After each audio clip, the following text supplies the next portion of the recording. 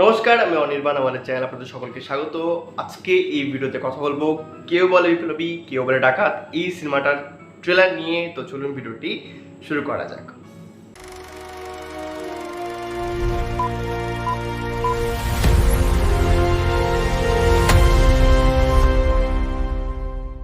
তো বহুদিন পর আবার কামব্যাক করলাম, মানে ভিডিও বানাচ্ছি এবং হয়তো একটু বলার মধ্যে আর কি মাঝে মাঝে প্রবলেম হয়ে যেতে পারে, তো সেটাকে ক্ষমা করে দেবেন।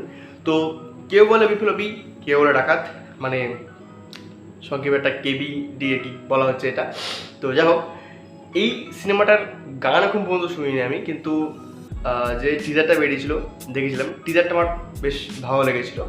তো আজকে এই সিনেমাটার ট্রেলার বেরিয়েছে, প্রায় 2.5 মিনিটের ট্রেলার, একটা ঠিকঠাক টাইমের মধ্যে আছে।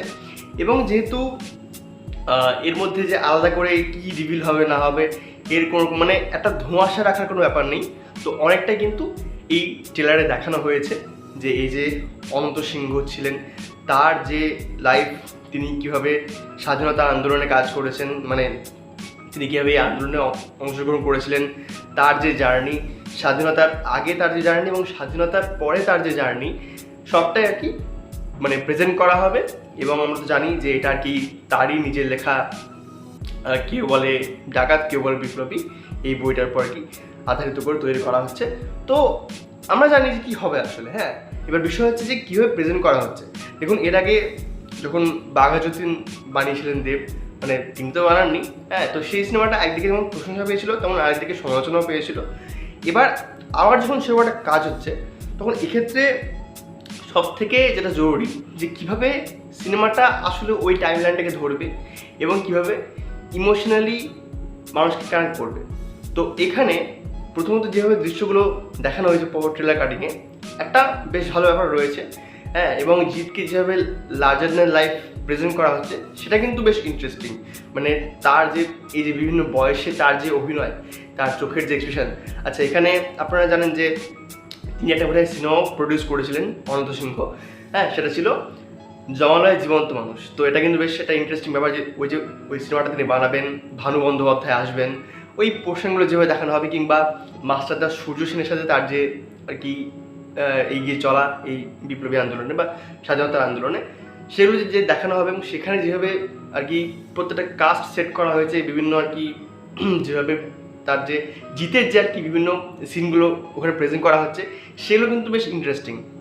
এবার বিষয় হচ্ছে যে কিছু জায়গায় তার যে প্রস্থেটিক মেকআপটা রয়েছে, বিশেষত যখন তার বার্ধক্যের সময় আসে, তখন ওই সময় যে মেকআপগুলো বেশ একটু চড়া চড়া মনে হলো, ওগুলো একটু চোখে লাগলো।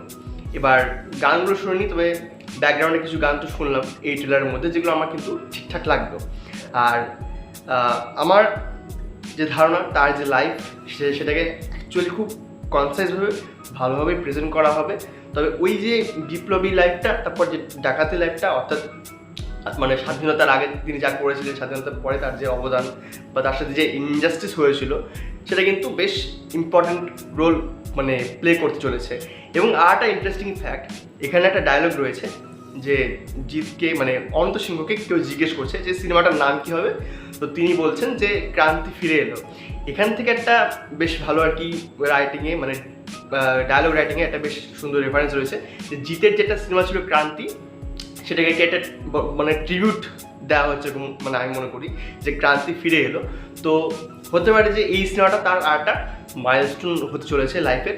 এবং এখানে জিতকে সুপারস্টার জিত ট্যাগ দেওয়া হয়েছে, যেটা আমরা লাস্ট দেখেছিলাম যে দেবকে মেগা স্টার ট্যাগ দেওয়া হয়েছিল, তো এরকম জিতকেও সুপারস্টার ট্যাগ দেওয়া হয়েছে। দেখা যাক যে এই তার যে স্টারডাম রয়েছে সেটা তাকে সাফল্য এনে দেয় কিনা। মানে আমি নিজে দেখতে যেতে পারবো কিনা জানি না, কিন্তু যারা বাংলা সিনেমা ফ্যান, যারা জিৎ ফ্যান, তাদেরকে বলবো যে শুধু ফেসবুকে বড় বড় কথা না বলে একবার সিনেমাটা দেখতে যান। কারণ যখন অসুর তৈরি হয়েছিল জিতের, তো এত ভালো সিনেমাটা ব্যবসা করেনি, শুধু লোকের মুখেই চলেছে। তো লোকের মুখে চললে তো শুধু হবে না, তাকে একটা ভালো ইনকামও দিতে হবে। সেটা দায়িত্ব কিন্তু আপনাদের। আগামী 14ই আগস্ট এই সিনেমাটা আসছে। আর একটা কথা বলে ভিডিওটা শেষ করব, যেটা অরিত্রদার কাছে আমার প্রশ্ন থাকবে, অরিত্রজ জ্ঞান, যে এত বড় ট্রেলারে কোথাও কিন্তু জিদ্দাকে ঘামতে দেখলাম না। আর একটা অ্যাকশন সিন দেখলাম, সেখানে কিন্তু কোনো রকম ক্যাওয়াস নেই। মানে একদিকে ভাই ঘামছে না, অ্যাকশনে ক্যাওস নেই, ব্যাপারটা কেমন লাগলো যাই হোক।